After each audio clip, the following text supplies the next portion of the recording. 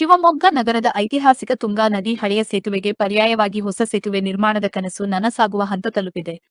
ಸುಮಾರು 100 ವರ್ಷಗಳಷ್ಟು ಹಳೆಯದಾಗಿರುವ ತುಂಗಾ ಸೇತುವೆ ಶಿಥಿಲಾವಸ್ಥೆ ತಲುಪಿರುವ ಹಿನ್ನೆಲೆ ಹೊಸ ಸೇತುವೆ ನಿರ್ಮಾಣಕ್ಕಾಗಿ ರಾಜ್ಯ ಸರ್ಕಾರ 40 ಕೋಟಿ ರೂಪಾಯಿ ಅನುದಾನ ಬಿಡುಗಡೆ ಮಾಡಿದೆ. ಈ ಕುರಿತು ಸುದ್ದಿಗೋಷ್ಠಿಯಲ್ಲಿ ಮಾತನಾಡಿದ ಶಾಸಕ ಎಸ್ಎನ್ ಚನ್ನಬಸಪ್ಪ, ಹೊಸ ಸೇತುವೆ ನಿರ್ಮಾಣಕ್ಕೆ ವಿಶೇಷ ಸಹಕಾರ ನೀಡಿದ ಲೋಕೋಪಯೋಗಿ ಸಚಿವ ಸತೀಶ್ ಜಾರಕಿಹೊಳಿ ಅವರಿಗೆ ಅಭಿನಂದನೆ ಸಲ್ಲಿಸಿದರು. 2019ರಲ್ಲಿ ಶಿವಮೊಗ್ಗದಲ್ಲಿ ಸುರಿದ ಭಾರೀ ಮಳೆಯಿಂದಾಗಿ ಅನೇಕ ಸಮಸ್ಯೆಗಳು ಎದುರಾಗಿದ್ದವು.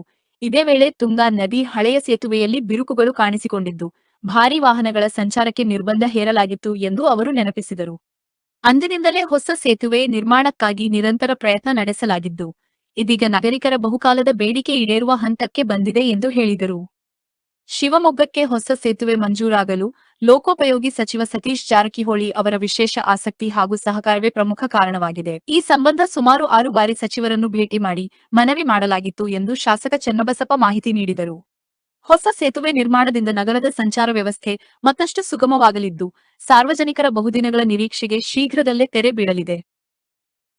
ಈಗ 2026 1920ರಲ್ಲಿ ಶುರು ಮಾಡಿ ಸುಮಾರು 100 ವರ್ಷ 100 ಅಂದರೆ ಶತಾಯುಷ್ಯವನ್ನು ಕಂಡಂಥ ಸೇತುವೆ. ಆದರೆ ಇಷ್ಟು ವರ್ಷಗಳ ಕಾಲ ನಾಗರಿಕರಿಗೆ ಅದನ್ನು ಹೊತ್ತು ಒಂದು ಸೇವಾ ಮನೋಭಾವದಿಂದ ಕಾರ್ಯ ಮಾಡ್ತು ಅಂತ ಹೇಳಿದ್ರೆ ತಪ್ಪೇನಿಲ್ಲ. ಒಂದು ಸೇತುವೆ ಇವತ್ತು ನಾಗರಿಕರಿಗೆ ಪೂರಕವಾಗಿ ಕೆಲಸ ಮಾಡಿದಂಥ ಸೇತುವೆ. ಹಾಗಾಗಿ ಅದನ್ನು ಸ್ವಲ್ಪ ಶಿಥಿಲಗೊಂಡಂಥ ಪರಿಣಾಮ ಓಡಾಟಕ್ಕೆ ಇನ್ನು, ಯಾಕಂದರೆ ಟ್ರಾಫಿಕ್ ತುಂಬ ಆಗ್ತಾ ಇದೆ ನಮಗೆ. ಹಾಗಾಗಿ ಅದ್ರ ಪರಿಣಾಮವನ್ನು ಕೂಡ ನಾವು ಫೇಸ್ ಮಾಡ್ತಾ ಇದ್ದೇವೆ.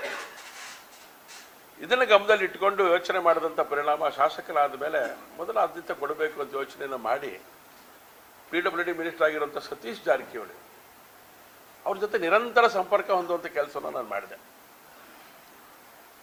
ಪ್ರಾರಂಭದ ದಿನಗಳಿಂದ ಮಾಡಿದಂಥ ಪರಿಣಾಮ ಇವತ್ತು ನಿರಂತರ ಪ್ರಯತ್ನದ ಪರಿಣಾಮವಾಗಿ ಆ ಸರ್ಕಾರ ಸತೀಶ್ ಜಾರಕಿಹೊಳಿ ವಿಶೇಷವಾದಂಥ ರೀತಿಯೊಳಗಡೆ ಆಸಕ್ತಿ ವಹಿಸಿದಂಥ ಪರಿಣಾಮ. ನಾನೊಂದು 6 ಬಾರಿ ಅವರನ್ನು ಭೇಟಿ ಮಾಡಿದ್ದೇನೆ. 6 ಬಾರಿ ಭೇಟಿ ಮಾಡಿದ ಮೇಲೆ ಸೆಷನ್ನಲ್ಲಿ ಅವ್ರ ಜೊತೆ ಕೂತ್ಕೊಂಡು ಚರ್ಚೆಗಳನ್ನು ಮಾಡಿದ ಮೇಲೆ ಅದಕ್ಕೊಂದು ರೂಪ ಕೊಟ್ಟು ಅಧಿಕಾರಿಗಳ ಜೊತೆ ಮೀಟಿಂಗ್ಗಳನ್ನೆಲ್ಲ ಮಾಡಿದಂಥ ಸತೀಶ್ ಜಾರಕಿಹೊಳಿ ಅವರು ಇದಕ್ಕೊಂದು ಪೂರಕವಾದಂಥ ರೀತಿಯಲ್ಲಿ ಯೋಚನೆ ಮಾಡಿದಂಥ ಪರಿಣಾಮ ಇವತ್ತು ತುಂಗಾ ಸೇತುವೆನ ನಿರ್ಮಾಣ ಮಾಡಲಿಕ್ಕೆ 40 ಕೋಟಿ ರೂಪಾಯಿಗಳನ್ನು ಹಣವನ್ನು ಮಂಜೂರು ಮಾಡಿ ಅದನ್ನು ಸ್ಯಾಂಕ್ಷನ್ ಮಾಡಿದ್ದಾರೆ.